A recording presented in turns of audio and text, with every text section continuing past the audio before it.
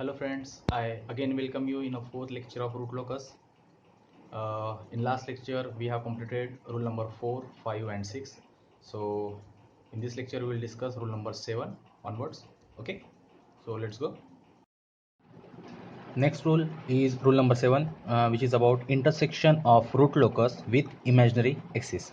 Okay, intersection with imaginary axis means when we draw root locus like this. Suppose this is your S-plane, real axis, imaginary axis.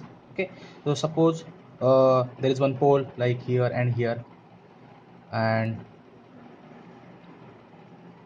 root locus is starting from this pole as well as from this pole. After at a particular point they will collide, that is known as a breakaway point. Then they will move away from each other. Suppose they are intersecting this imaginary axis at a particular point, suppose here and here like this. Okay, so at what point they should intersect, from which point they will intersect the imaginary axis, that we have to find, and that is the rule: intersection of root locus with imaginary axis. There are certain steps which is to be followed. Okay, so we'll find out intersection of root locus with imaginary axis. So point number 1 is consider characteristic equation. Second one is construct roots array in terms of k. Next, construct auxiliary equation. Then roots of auxiliary equation will be the intersection point of root locus with imaginary axis. Okay, with the help of one example we'll study this rule. Suppose, for example, our question is g of s into h of s is k by s, s plus 1, s plus 4. Okay, this is a given example in which, first of all, number of poles are 3, 1, 2, 3, and the values of pole are 0, -1 and -4, as well as 0. We don't have a 0, so that is 0. Okay, so first step for intersection of root locus with imaginary axis, consider characteristic equation. You might know in previous step, that is finding breakaway point, we already have constructed characteristic equation. Okay, which was 1 plus g of s into h of s equal to 0. It is already constructed in that rule. Okay, so we'll use the same equation. In this discussion we already calculate the characteristic equation, that is 1 plus g of s h of s. Okay, so 1 plus g of s h of s is this. So I'm writing directly this equation from previous step. So s cube plus 5s square plus 4s plus k equal to 0. This is a characteristic equation. You can generate this equation from by this equation. So s cube plus 5s square plus 4s plus k equal to 0. Okay, that is the first step. Secondly, make root array of this equation. So for root array, arrange your given equation in complete form, that is a cube, square, single s and constant. It is already in a complete form. So highest power is cube, then square, then s, and then s raised to 0. This is known as roots array. Okay, now here we need to write coefficients. S cube, coefficient of s cube is 1, so leave this. Next is, like, you have to select coefficients like this one, then select this, then this.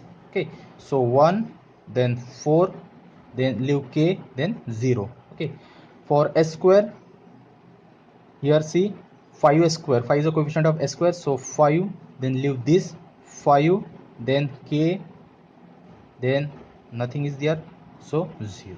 Okay, so first two row we have to complete by equation, then for this row we need to calculate. So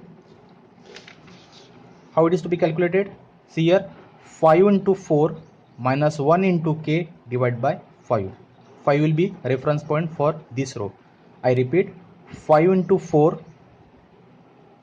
minus 1 into k divided by 5. For this, 5 into 0 minus 1 into 0 divided by 5. So 5 into 0, 0, minus 1 into 0, 0 divided by 5, that is a 0. Like this we need to calculate. Now here, when we calculate this row, this is your reference point, like 5 into 4, 20, minus k divided by 5. Then here 5 into 0 minus 1 into 0 divided by 5, that is 0. When we calculate this row, s raised to 0, this row, this is your reference point. So 20 minus k into 5 minus 5 into 0, 0 divided by same term. Okay, I repeat, 20 minus k by 5 into k minus 5 into 0, 0 divided by same term. So ultimately you will get only k here, this term. Okay, so this is your complete pattern, complete rows array. Now third step, find out k marginal.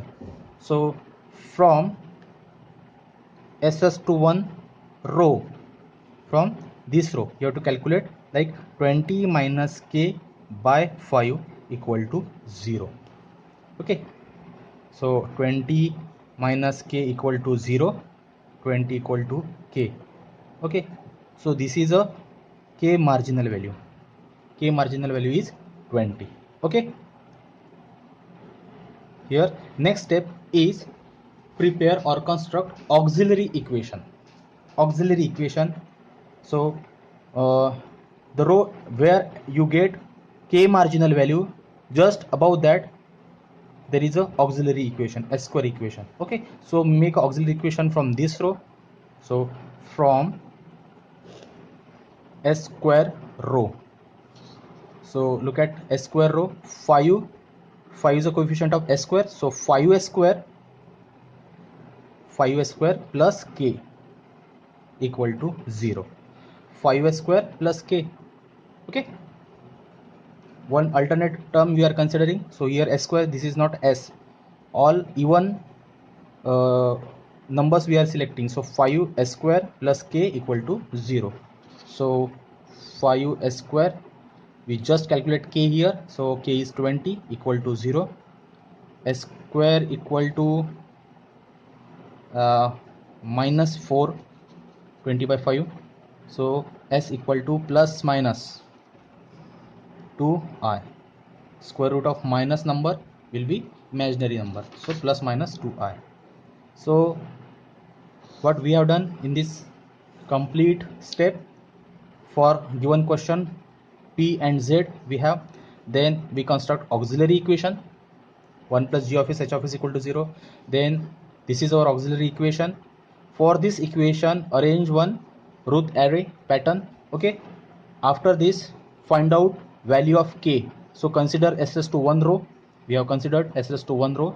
20 minus k by 5 equal to 0, this term. By this we have calculated k marginal value, k is 20. Put this value k is equal to 20 in auxiliary equation. Your auxiliary equation is in a row of s square, so 5 s square plus k equal to 0. So 5s square plus k equal to 0. Put up k is equal to 20. Ultimately you will get s equal to plus minus 2i. So these are the intersection point on imaginary axis. That means when a graph or s plane will be like this, and suppose there are 2 pole or 3 pole, whatever the root locus is passing through imaginary point, that point will be 2i and minus 2i. Suppose root locus is supposed to intersect this imaginary axis, this point is to be calculated. So we have calculated 2i and minus 2i. Got it? So this is the step, intersection of root locus with imaginary axis. Got it? Now next rule is about rule number 8, angle of departure at complex conjugate pole and angle of arrival at complex conjugate rule. Okay, so in this first point is angle of departure at complex conjugate pole. That means this rule is applicable when your pole or your zero are complex conjugate. For real pole or real zero we do not calculate. Just like there is one example, k g of s h of s equal to k s plus 2 by s plus 4 s square plus 2s plus 2. So in whole equation or in whole numerical, this s square plus 2s plus 2 gives two complex conjugate pole, minus 1 plus j, minus 1 minus j, roots or values of s for this equation. So these are two complex conjugate pole. So whenever there are complex pole or complex zero present in numerical, you have to use step angle of departure or angle of arrival. Basically, what is meant by angle of departure? Angle of departure, it is the angle at which branch of root locus departs from pole. What does it mean?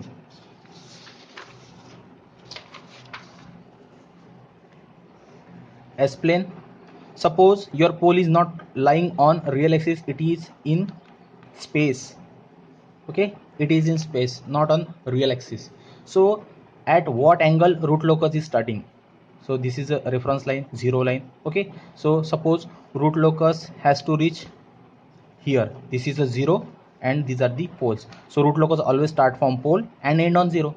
So root locus may start like this or may start like this. Okay, at any angle. So at what angle from the reference line it should depart? This is the angle or this is the angle. At what angle it should depart from the complex pole, that we need to calculate. Okay, getting?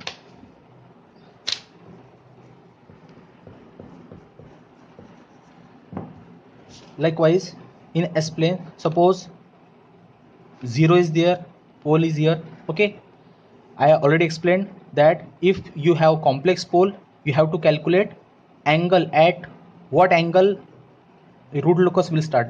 This is the angle, suppose theta. Okay, as well as your 0 is in a space, so root locus may end here like this, like in a straight line, like this. So with the reference line, on what angle your root locus will end on 0, this is the angle.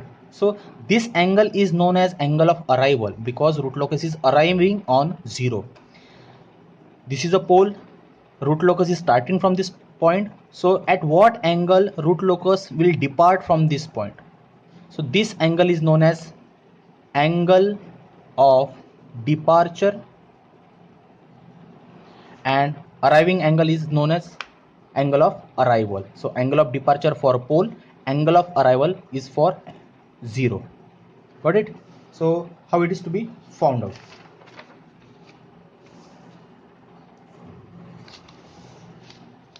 Okay, angle of departure I already explained.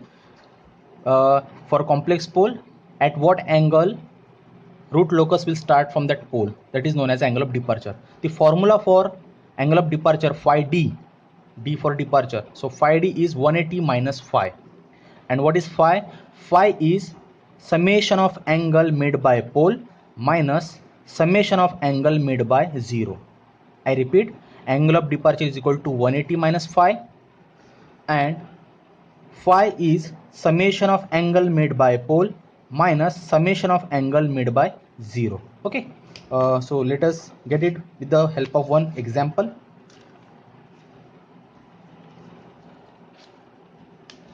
So here is one example, g of s h of s equal to k s plus 2 by s plus 4 s square plus 2s plus 2.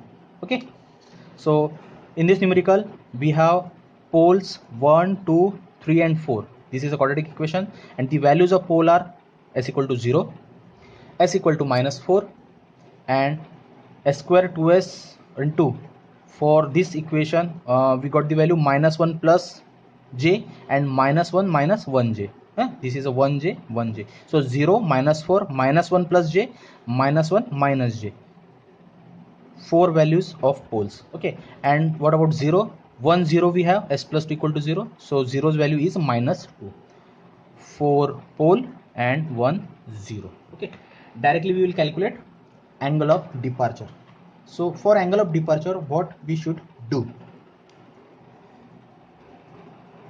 I'm drawing one S-plane here. Okay, and plotting all the poles and zeros. So first pole is at 0. Pole all should be indicated by cross. So 0, -4. Suppose here -4. Then -1 plus j. 1 2 3 4, suppose. So -1 plus 1j, it is placed in space. -1 plus j. Okay, and -1 minus j, so -1 minus 1j, suppose here -1 minus j. Got it? 0 -4 -1 plus j -1 minus j, and plot 0 as well. 0 is at a -2, so -1 -2. 0 should be marked by circle, -2. Okay, pole are all the cross, this and this, and 0 is this one, -2. Got it? Now decide at which pole or at which complex pole you need to calculate angle of departure. We have two complex pole, this and this. These two are complex pole. Okay, so you may select this or this. Suppose I select this point. Okay, suppose I select this point. Here I need to calculate angle of departure. So what is to be done? Connect this pole with all remaining poles and zeros by dash line. Okay, this one, all dash straight line, all dash straight lines. Okay, connect this complex pole to remaining pole and zero. Then where you connect this pole to remaining poles, take a reference line just like this. Suppose you have connected here. From reference line, from horizontal line, calculate this angle. This is a pole, so this is phi p1, angle made by pole 1, suppose. Then this is again a pole, reference line, horizontal straight line. This is the angle, we know this is a 90, so this is angle made by pole, so p2. This is again a pole, you have connected this pole to this pole, draw straight line and count this angle, suppose phi p3, because this is a pole, angle made by pole. This is a 0. Okay, you connect this pole to this 0, draw straight line and this angle, so phi z1. Getting clear? Okay, so I decide this pole where angle of departure is to be found out, and remaining all pole and 0, I connected this pole by straight dash line, and from reference line count the angles. We know this angle is 90. I'm talking about the phi p1, so phi p1 equal to, this is 90, this angle is to be found out. Suppose this is a theta. Consider this triangle, consider this triangle. Okay, so theta is opposite is 1, adjacent is 1, so tan inverse 1 by 1 is equal to 45 degree. So this is 45 and this is 90, plus 90 degree is equal to 135 degree. Got it? Clear? Then next, 5p2 you can directly calculate this angle. 5p2 is 90 degree. Okay, then what about 5p3? 5p3 for 5p3 we need to consider this triangle, this one. Okay, so 5p3 is, so theta is opposite this one, opposite, adjacent is this one. Okay, so 5p3 is equal to tan inverse, opposite is how much, 1, divided by adjacent is, look, this is 1 2 4 0, so this distance is 1 to 4, that is 3. Okay, so tan inverse 1 by 3.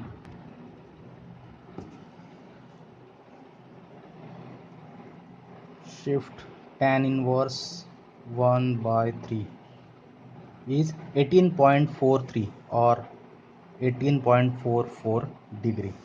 And last one, that is phi z1. This phi z1 is consider this triangle. So phi z1 will be tan inverse opposite by adjacent. Opposite is 1 and adjacent is again 1 to 2. So 1 is equal to 45 degree. In this way we have calculated all the angle made by pole as well as angle made by 0. Phi p1 is 135 degree, phi p2 is 90 degree, phi p3 is 18.44 degree, and phi z1 is 45 degree. Okay, so first of all we need to calculate phi. So phi is summation of angle made by pole, summation of angle made by pole. So angle made by pole is phi p1, phi p2 and phi p3. So 135 phi p1 plus phi p2, that is 90, plus phi p3 is 18.44. okay, minus summation of angle made by 0, minus summation of angle made by 0, this phi z1 45 equal to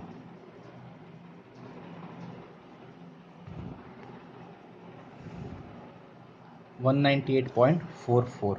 198.44. This is not the phi d, this is a phi. Okay, phi, and phi d will be phi d is equal to 180 minus phi.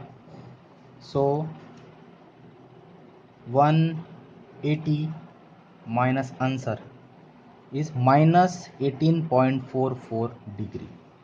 Okay, this is a phi d minus. Okay, so where we have decided to calculate at this pole, we have to calculate phi d. So separately I am showing you. It was our graph, this was the pole. Okay, suppose this is a zero line or horizontal line, reference line. So at this pole we need to show minus 18.44. if your angle is positive, count in anti-clockwise direction. If it is a negative, it should be in clockwise direction. Okay, so your angle is minus 18.44. so this is horizontal. Suppose this is phi d, 18.44 degree. At this angle your root locus will start. Okay, or suppose it was the second pole. So at this pole again you may show the angle. We have shown 18.44 degree this way. So if you calculate this angle, or if you show this angle at this pole, so you have to show in opposite direction, like this is 18.44 degree. Okay, equal and opposite, mirror image, because our first rule is your root locus is symmetrical about x-axis, real axis. Okay, so if phi d in this way, so on another pole phi d should be in this way. Okay, this is about the angle of departure at complex conjugate pole. Okay, there is a last point, that is angle of arrival on complex 0, that is to be discussed in next lecture. Thank you.